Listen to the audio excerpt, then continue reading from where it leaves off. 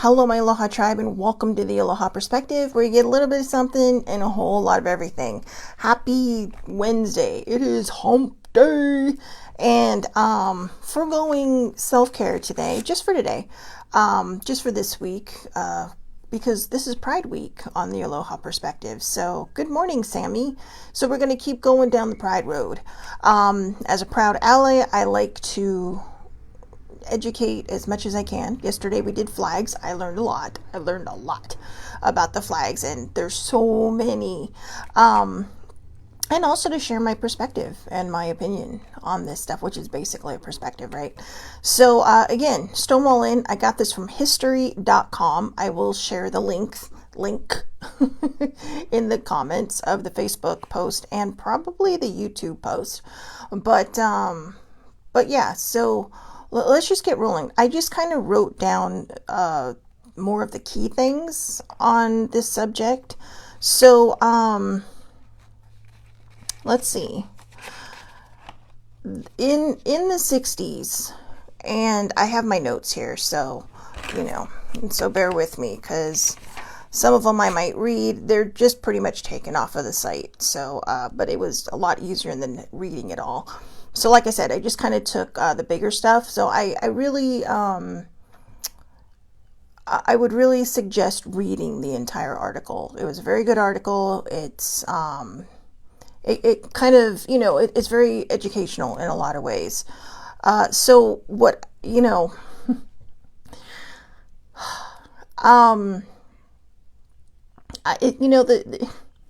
fact that, I don't know. I'm trying to figure out how to articulate this without it coming out wrong or being misinterpreted. But it really, in a way, hurts my heart that, people have to have a month to be seen. Anybody across the board to be seen. And then people complain about it. So, oh yeah, Sammy mentioned that you mentioned that the other day too about the documentary on TCM for Stonewall. I do have Max, and I think I've actually seen it, and I think Sibling and I watched it. But yeah, as an ally, and the reason I stress ally is because I want people to understand that it's not just gay people that see gay people. There are many of us that align with them, whether it's because of family, friends, both, or because we just know the difference between right and wrong. But did you know that the early 60s and before, it was illegal for what they called the solicitation of same-sex relationships? Now, when I say solicitation, it doesn't necessarily mean prostitution, but that's how they treated it if you had a same-sex partner. This is the 60s, guys. Okay, the 60s. I mean, I know a lot of people are born in the 2000s now. I mean, we're in the first quarter. We're finishing the first quarter of this century, which still blows my mind. But I mean, this is just a decade before I was born. Just the decade before I was born. Sibling marched for gay rights. She was a very proud ally. She knew people. She had family. She had friends. I have family and friends. And like I said, just the reason I'm kind of dedicating this week to Pride is because it still blows my mind how we marginalize people, whether they're gay or just a different color. I mean, people sit there and go, well, I'm outnumbered now. And it's like, dude, okay, please stop complaining. All right. I'm a half-breed, so you can only imagine some of the stuff I've had to go through. And it doesn't even come close to what all these people have gone through. People make snide remarks. I deal with it. I used to be a lot more sensitive, so it was a lot harder to deal with it. But now it's just kind of like, sorry, my me is going to come out. So anyways, I'm just going to read my notes and then we'll talk about it, okay? So again, I just pretty much copied this from history.com. Again, I will put the link in the Facebook comments and in the YouTube comments. So if you're watching it anywhere else, whether it's on TikTok or Instagram, just go to the YouTube page. You can find the the links in there, okay? Because those are usually the places where the links are a little bit easier to click on and, and copy and paste and move into the browser. So, 1966 was a turning point for gay rights, thanks to activists. Before this, even though they could gather, and I use the term freely, loosely, at gay and lesbian bars, the New York State and Liquor Authority had shut down would shut down and penalize venues that served alcohol to known or suspected LGBT members, arguing that the gatherings were disorderly. Seriously? No more disorderly than that drunk guy who's stumbling his way home to his hetero family, right? Come on. Engaging in public behavior was still illegal, so police harassment continued. However, since most bars were mafia operated, they still operated. This also came at a price, with the mafia not only bribing police departments for raid tip-offs, and to leave them alone, but also blackmailing their wealthy patrons to keep their secret. They also put limited efforts into maintaining good gathering places, as most were pretty shoddy and unsafe, but it was a place for them to gather. Raids still happened, but the tip-offs helped. However, on night one of the riots, there was no tip-off, and it gave birth to a movement. I said it gave birth to a movement, but it really didn't, and I'll get into that in a second because we're going to cover that tomorrow. On June 28, 1969, police raided the Stonewall Inn, sparking a riot amongst patrons and the neighborhood residents, as police roughly hauled out employees and patrons, even hitting a lesbian patron over the head as he forced her into the police van. However, she did shout something out, and all of a sudden people started throwing stuff. All kinds of things. This sparked 6 days of riots within the neighborhood because they had had enough. The Stonewall incident wasn't the first attempt at a gay rights movement, but it's the one that made the most noise. It was a force for activism. On June 28, 1970, 1 year after Stonewall, thousands marched the streets of Manhattan from Stonewall Inn to Central Park in what was called the Christopher Street Liberation Day. It was America's first pride parade. Say it loud, gay is proud, being the official chant.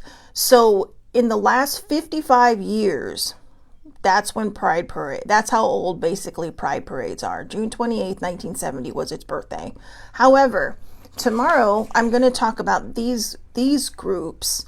The Society for Human Rights, Friendship and Freedom Newsletter, the Daughters of Bilitis, which was a lesbian group, and the Mattachine Society. And these were all pre-1960. The Daughters of Bilitis were 1955.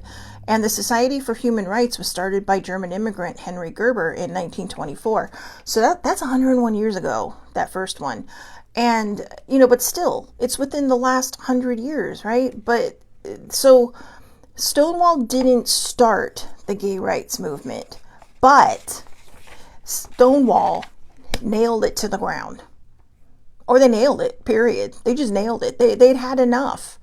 Can you imagine falling in love with somebody and just wanting to be with them, but the only place you can congregate with them without, being suspicious outside of your house for just a nice night out, was at a bar.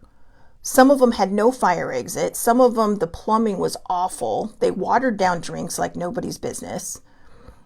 But it was a place to be with your person. Just a person. Why are people, this is what blows my mind. Why are people so offended by people who are gay holding hands or kissing in public? I mean, as a single person, should I be, offended by all the people I see holding hands and kissing? Because I'm not included? No. They're happy. They're enjoying each other's company. If two people look like they're about to go for it on a bench, no, there's a place for everything. That's period. I don't care what, how you identify. Kissing is one thing, hugging is another thing, getting a little, too much. Take it indoors, kids, take it indoors. But, good morning, older sibling. But yeah, it astounds me how it offends people. It astounds me how churches who say, that, God is a loving God will, deny entrance to people who are openly gay. I'm so proud of Pope Francis for kind of putting the kibosh on that in the Catholic Church, and for Pope Leo continuing that, who, by the way, will be in Chicago celebrating a live streamed mass on Saturday. This dude knows. I mean, talk about subtle jabs. All right, subtle jabs. I got my own thoughts on that. In fact, I'm going to go sideways on this for a second. I'm going to sidebar here for a second. If anybody thinks that parade this weekend in Washington, D.C. is anything other than somebody grandstanding and celebrating himself for his birthday, you really need to do some homework. Because today on my Facebook and everywhere on my thing, I'm going to post something. You see, the Army actually isn't 250 years old this year. The current Army that we celebrated their 241st birthday on June 3rd. That's the Army that is the current Army. The Continental Army was founded 250 years ago, as was the Continental Navy, as was the Continental Marines. But none of them seem to fall on June 14th other than the Army. So, I guess we'll just make up an excuse to celebrate it. And none of the others, because none of the others are important, right? I mean, come on, I'm an Army girl. My dad was in the Army, but they're only really as the way we know them now in their current form, 241 years old. So if you think this is anything other than that, than grandstanding and celebrating one's own narcissistic self, go back and do your homework. Please do your fact checking, because it's ridiculous. Not to mention it's going to tear up a lot of the streets there. And for what? For what? And I guess part of the reason I bring that up too is because, this is a person trying to marginalize other people. This whole super over here people just going, no, gay people, no, oh my God, no, they're going to burn in hell. No, they're not. Some of the best people I know are gay. Some of the people that have saved my life have been gay. Well, one person, but this is a person who, has been there for everybody. People I have known, who just to attend church had to hide their own sexuality. Oh yeah, Sibling says the church in Hollywood was one of the first to openly welcome gays and people with AIDS. They refer to it as the AIDS church, and if you are in Hollywood, near Hollywood and Highland, it's actually down the street and behind the Hollywood and Highland Center, that big center where they have the Oscars and stuff. You'll see the big red ribbon on the church. Beautiful church. I've never been inside. I've always wanted to go inside, but I'm sure it just looks like a church inside, but still, I mean, to me, that's a historical spot for people because people were given a place to worship,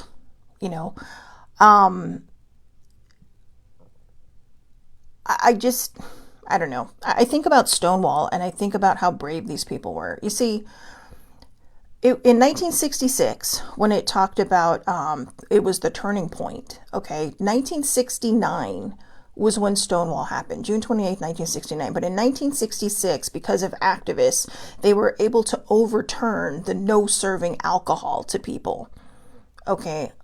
Oh, yeah, Highland and Franklin. That's it. Franklin. Yeah, so that's right, Hollywood and Franklin, because Franklin runs behind or adjacent to Hollywood. So Highland and Franklin. Yeah, so there you go. If you want to see it, it's great. On a very awkward street. I'm not going to lie to you, it's a very awkward street, but it is there. But yeah, 1966 was a turning point for that part of activism where gay people could be served alcohol, but the raids still continued. The police still kept, just kiboshing these people. A lot of these bars is also where a lot of drag queens were welcome, because a lot of drag queens weren't welcome in certain bars, obviously. But And I say obviously because, I mean, there's a reason they had gay and lesbian bars. But even in other gay and lesbian bars, Stonewall was really the only place where they open, they were open to everybody.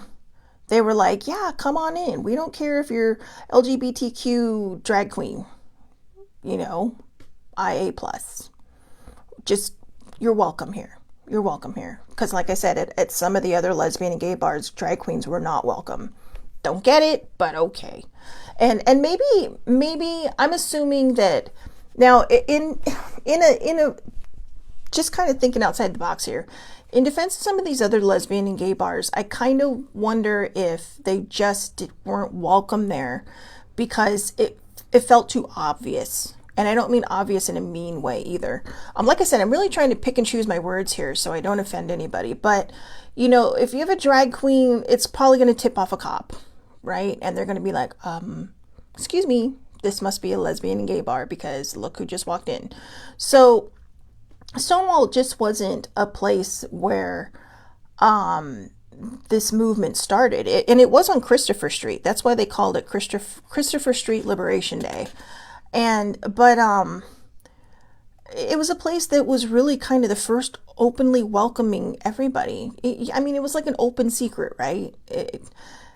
People knew, but because I believe it was mafia owned, the cops stayed away for the most part, or they would tip them off if there was going to be a raid so that they could hide the liquor, they could hide the people, and a lot of gays and lesbians would go into the same place so that if they were tipped off, what they would do is whoever was with their partners, they would all just end up looking like heterosexual couples at tables. They would all just switch seats, and yeah, and Sammy says it perfectly. I think that might be it. The drag queens made it less easy for them to hide. And that's true. And it didn't dawn on me before because I'm thinking, wow, you're so mean not letting them in. But as I'm talking, I'm literally kind of thinking, oh, well, maybe it's because exactly that. It made it less easy for them to hide. And hide they did. And like I said, in reading these things, the mafia would blackmail their wealthy patrons. Imagine having to pay a blackmail fee just to be who you are. It doesn't just blow my mind. It hurts my heart. It legit hurts my heart. Growing up Catholic, I had this argument with other people. It's like, gay people are going to hell. No, God loves everybody. Doesn't the Bible say God loves everybody? You don't get to pick and choose who God loves because you're walking around holding a Bible. I know someone that poses with a Bible who is probably going to hell when he dies. Sorry, just an opinion. But yeah, the Bible is a book. It's like me holding up this book I'm reading that a new friend of mine wrote. Called Wicked Whispers, and saying, this is my Bible. I'm going to follow the word of it, every word of it. And then if it doesn't fit and you don't comply to it, I'm going to hit you over the head figuratively with it. No.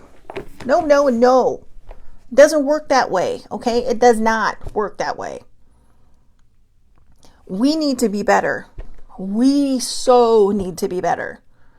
I did a much more in-depth show last year on the Aloha perspective about Stonewall, and it was a lot more detailed, but I also included the groups I'm going to include tomorrow, so that might have been what made it a little bit longer. But the gist of it is people should not have to hide to be with who they want to be with. So you might say, well, why are there still gay and lesbian bars? Because they feel ostracized. Still, they're more comfortable going into places where they can just be themselves without people doing this. Are they gay? Are they lesbians? Are they together? Now my mom struggled a little bit with this because she was raised Catholic, and she was raised old school Catholic. And I remember we were in San Francisco when I was about 9 visiting my dad's mom. And San Francisco, right? And I don't think my mom thought about it. She didn't, I'm not even sure if she was familiar with it. But I saw 2 women walking down the street, and I was just like, Mommy, why are those two women holding hands? And my mom's like, and she didn't know what to say, but all she said was, well, they love each other. But here's the funny thing. As I got older, I would, I'd lock my arms in with my mom's, or I'd hold her hand. She's my mom. I'd lock my arms in with my dad sometimes, but both of them would get uncomfortable. My dad would think that people were judging him because I'm obviously much younger. It's like, well, my mom would be like, well, I asked my mom one time because they said, why are you letting go of my hand? Well, what are people going to think? And I'm all, well, first of all, I look like you, so they're probably going to think you're my mom. And secondly, I said, who gives a damn? Who gives a damn? You're my mother. If people want to judge, that's their freaking problem. That's not my problem. That's not your problem. And it was just, and after that, she really kind of thought about it and was like, well, yeah, that's true. And I told her, since when do you care what other people think? It's like, you always want me to be strong, and yet you're sitting here, one of the very few times I was able to, reach my mother's inner sanctum of her brain and kind of flip things around. So I'm like, who cares? Who cares? Yeah, all those lesbians that I saw when I was a little girl, I hope they're still together. Or I hope they're happy. Like I was mentioning the other day, I thought it was so great yesterday when we were talking about the flags. When my Padres were in San Francisco playing the Giants. And, it is Pride Month, and a lot of teams will celebrate Pride Month with special ticketed events or this, that, and the other, but they're not outwardly screaming it, right? But out in the outfield with all their other flags, the Progress Pride flag and the Pride flag.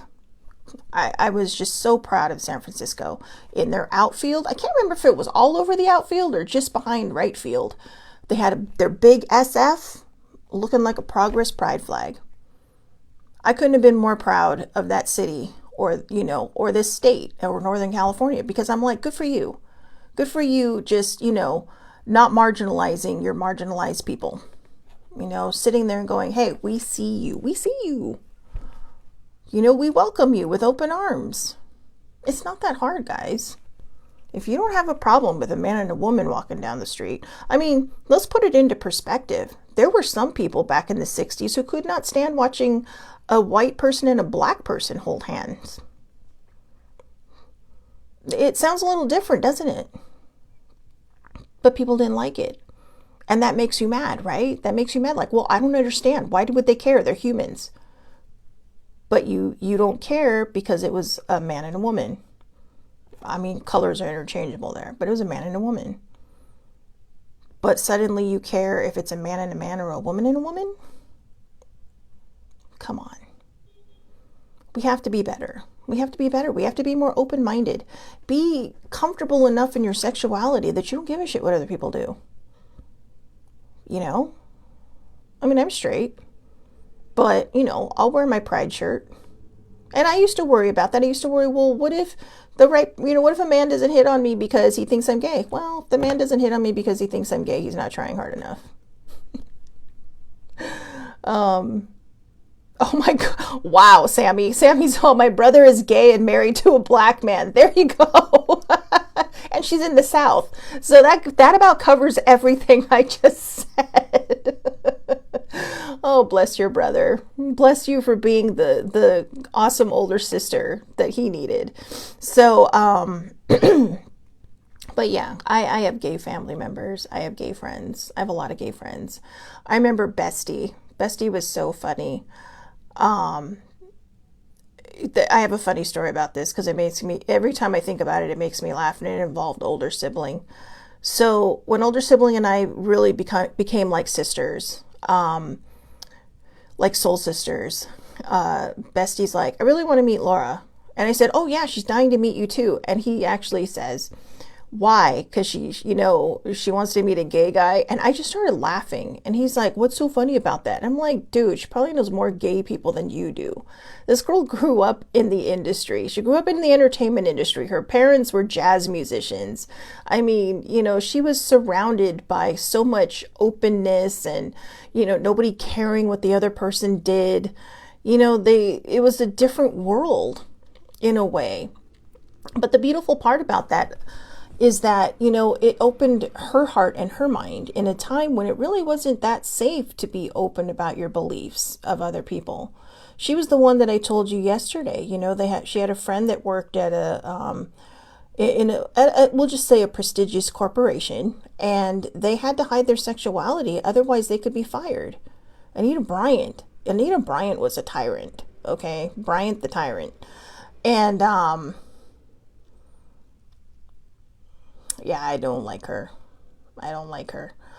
I do my best to not hate people, but I really do not like her. Very passionately do not like her. How one person could cause so much damage and hurt and pain to a group of people astounds me. But let's flip the switch, right? Back during the days when AIDS was becoming known as the gay cancer, and I put that in quotes because, come on, seriously. Princess Diana, she just visited everybody. She didn't care. She didn't care if they were gay. She didn't care if they had a transfusion. She was a human. Older sibling did the same thing. She has had gay family members, had, I don't know. Her family's not that big, but she is part of my family. But oh yeah. I'm going to read this to you exactly as she put it, and I'm going to explain it. Remember Grandpa? She knew me before I was born. So Jerry, another well-known musician, you can look her up, Jerry Thill, Jerrie. She's the one that used to go to church and hide her sexuality. I'm pretty sure it was an open secret, okay? But, she didn't say anything. They left her alone. She was very Catholic. She went to church. And, but yeah, she is really the reason that older sibling came into existence, because Laura's father had broken, I think, was it a drum pedal, sibling, that your dad broke? And he needed to borrow one. And of course, there was a girl band in town, and Jerry was the drummer.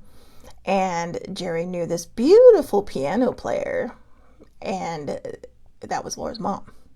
And so Jerry's really kind of responsible for the coupling of Roy and Barbara McNair, and in a way, she is responsible for the output of Miss Laura.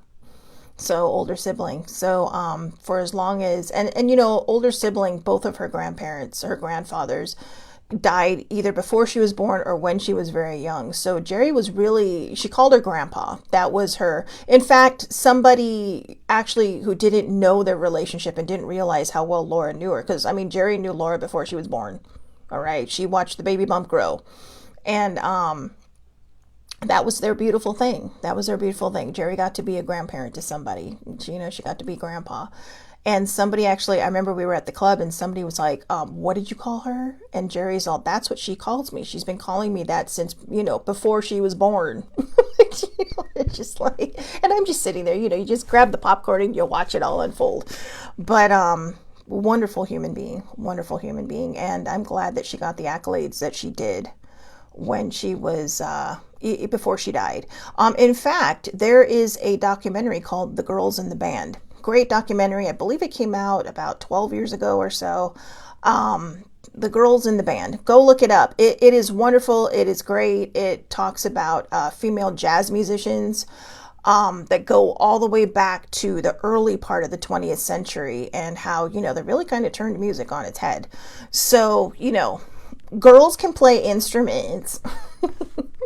But I loved Jerry. I loved her. And sometimes when you meet people, you might call their mom, or their dad. And I did that with Laura's parents, but I never touched the grandpa thing, because that was their special thing. And, because of that, Laura, I think, just was raised in a place where she wasn't jaded by other people's thoughts. She wasn't jaded by religion. She wasn't jaded by, people talking out the side of their face, about how people should live, or the way they should live, or why they should live that way. It's what she knew.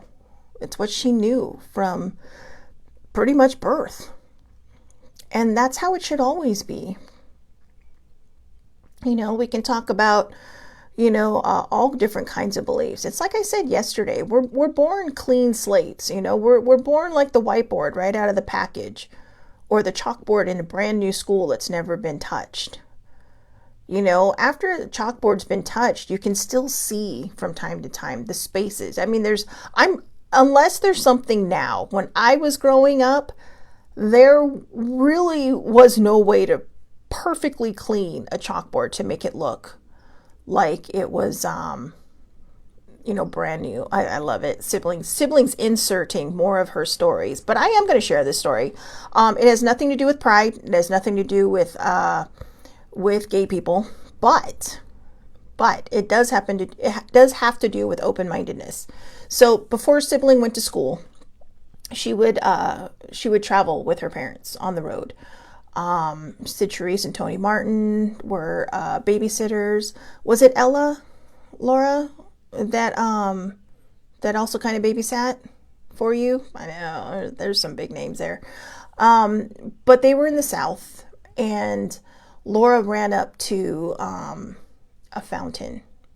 Okay, you know where this is going, right? She was about 4 or 5 years old, and she ran up to a fountain, cut a woman off, and just started drinking, because she's like, and all she said was like, well, I'm thirsty, I'm thirsty. And yeah, Ella Fitzgerald was one of her babysitters too. So when her parents were on stage performing, these people were back there just, fawning over her. She was an adorable baby. Oh my God, I've seen baby pictures. It's just like, you were so cute. But it turns out she had passed an African-American woman, cut her off. And, sibling and I talked about this today, and, her mom was like, she's all, excuse me. And I told her, I said, if I'm to put myself in the black woman's shoes, this is what I'm going to think. That this mother, or this woman is going to think that this mom is going to scold her white, blonde-haired, blue-eyed child for drinking out of the black fountain, right? But instead, she just said, you owe her an apology. You just cut her off. And I told sibling, I said, I know that this probably just felt like one of those moments to you, but I said, this is a woman who has probably had to deal with racism every single day of her life. And today she got to witness someone treating them like a human being. Someone scolding their child for cutting them off at the fountain. Not because she was drinking out of the wrong fountain, but because she was rude. And I mean, I don't mean it like that, the way it came out, rude. She was so rude. And I said, I bet you that woman remembered that for the rest of her life. Because she knew that there was a child out there that was going to grow up without prejudice. And her prejudice, her non-prejudice ways expanded into her adulthood and to her friends. She would go to protests. She'd be spit on, if she would go to, gay protests, fighting for her friends who couldn't fight for themselves, who had to hide, and she's like, I've been spit on. I have to tell you, if I'm at a protest and I get spit on, I would probably die. All right. Because ew, you can hit me, you can punch me. Do not spit on me. I will lose my shit if you spit on me. Like legit. Okay. I don't like it. I don't care what side you're on. Do not fucking spit on people. It is gross. So gross. I mean, if you watch sports, it just, I get that's what they do, but it's kind of like, ew. I'm such a girl when it comes to that. But, so sibling says, my mom was different. No, sibling, your mom was a good human. There's a lot of people like your mom out there. And, Barbara McNair definitely was a different human being, but no. And if you ever look her up, there are two Barbara McNairs. There's a Barbara McNair, McNair, and she's an American woman. And then there's Barbara McNair, McNair. And the funny story about that, guys, they were neighbors at one point and used to always get each other's mail. And that's how they met. And Barbara Mickner is probably the more well-known of the two, but I don't want you to look it up and go, well, no wonder. No, that's not Siblings' mom. Siblings' mom was the MAC, part of the Merrimacs. But yeah, oh yeah, Sammy says it perfectly. That's the ultimate in disrespect, spitting. And I think they know that, right? I think they know that. That's why they do it. I got into a tussle. Some guy just decided to road rage, and I was PMSing, I was hungry, and this is a different time, okay? I am not proud of this moment, and the only thing I thought of while I was standing outside of this car, was my dad is going to kill me when I get back in this car. He is going to have my hide when I get back in this car. But this dude tried to spit on me. I mean, he was playing chicken with my dad, and then he just stops his car and gets out like, oh, I'm a tough guy. So I got out too. And it's like, dude, I'm not going to be intimidated by you. It would have been funnier if my dad got out though, because my dad's like 6'1". This guy had to be shorter than me. Because I mean, when he tried to walk up to me, did not look that tall. But the funny thing is, he tried to spit on me and he got his entire side of his inside of his car. And it was a Mercedes. It was a nice car, but he was a young kid. And I just started laughing and I'm like, nice shot, which pissed him off more. But I was just like, just enough. It's like, why are you so angry? Why was I so angry? I was really in the midst of my healing journey at that point. So like I said, I am not proud of myself, but I will also stand up for myself and I'll stand up for my people, okay? Because no, do not put up with stupid behavior. But, I really should go to protests. I'd be great at a protest. I really would. But I can never find anyone to go with me and I'm rather shy. So I don't like going. I know it sounds terrible because I know I'd probably make new friends, but I really am shy. And if I'm going to meet new people, I need an anchor human that I already know. It sounds so dumb. I need an anchor human, but yeah, anyways, we've gotten off the pride topic here and gone in 9,000 directions, but I'm glad that we talked about these other things. And the reason I'm glad we talked about these other things is because I want people to put it in perspective. Imagine if there was a gay fountain and a non-gay fountain, and your kid ran up, and drank out of the gay fountain. Why would you lose your mind? If you're not going to lose your mind, if you're going to be mad that there is a black fountain and a white fountain, but you're not going to be mad if there's a gay fountain and a heterosexual fountain, you really need to think about your priorities here. You really need to stop and think about it. Oh yeah, Siblings Hall, if you were protesting this week, you'd be in jail. Yeah, that is one thing that is not on my bucket list. But yeah, exactly. Thank you, Sammy. She says sometimes the different directions we go in might be the point. And that's the point, is that, why do we tolerate some behaviors, but we don't tolerate other behaviors? And again, going back to the fountains, why would you tolerate a, gay fountain and a non-gay fountain, but you'll be intolerable of a black fountain and a white fountain? They're marginalized people who shouldn't be marginalized. People don't choose to be gay. I'm assuming, there might be some people out there that choose to be gay. There's so many flags now, it's hard to say. And I don't mean that in a mean way. But for the most part, gay people, it's a scientific thing. But see, when people don't believe in science, they'll be like, no, he can help it. They can stop. When are you going to stop being gay? Is this a phase?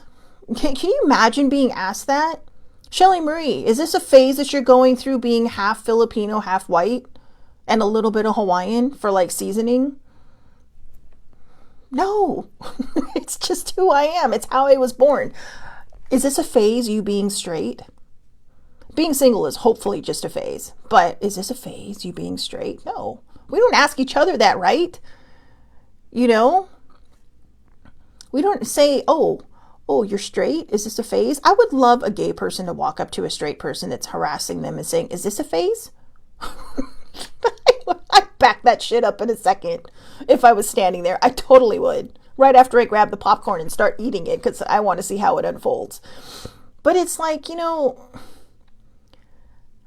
when you're comfortable in your sexuality, you don't care.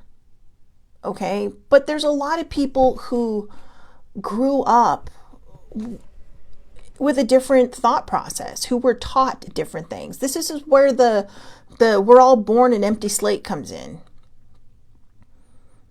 We're not born just loving people. We're not born just hating people. We're taught these things. Older sibling was taught that everybody is equal to you. Her parents marched with Dr. King, okay? But I'm not sure, sibling, did they ever meet him? I know they were on some of his marches, but I always forget to ask if they ever met him. That would have been awesome. That's like 6 degrees of separation, right? Because I knew her parents. But no, I mean, why do we tolerate this behavior? You know, Sammy has a gay brother who's married to a black man. She lives in Georgia. And, you know, I think it's a beautiful thing. If you're in love with somebody, I think that's great. I don't care if what color you are, how you identify. Oh, they did meet him. Oh my God, that is so cool. I'm taking a moment. That's pretty awesome. I'm also going to talk next week, because it's not really a pride thing, although it kind of became a pride thing. But I was reading an article yesterday after I was done reading the Stonewall article. Did you know that Stan Lee created the X-Men as kind of his own sort of protest for civil rights? Magneto is basically Malcolm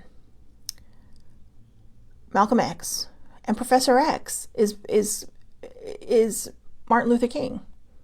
It blew my mind. I'm like, what? No. You know, and a lot of people would say that, you know, he wasn't really out there being an activist, but in a way he was. He was teaching kids that, you know, it doesn't matter who you are, you know, and the gay community has kind of adopted the X-Men as their symbol, right? Because I mean, these are people, so yeah, some of them look different. They were mutants, okay? But that was the point. That was the point of his thing, is that we, you know, these people are out there trying to help each other and trying to help, you know, regular people, but they're being spat on, shat on, and people are just mean to them. And yet they don't stop. They still try to be good and help people. So, you know, I'm going to talk about that next week, because that was pretty awesome. I was like, it blew, like I said, if I flipped, it blew my mind. You know, my nerd brain. So yeah, wow. But anyways, I'm rambling now, but yeah, like I said, oh, and anybody that missed, I know I talked about the pride flags. If you missed it, go to YouTube and you can watch it.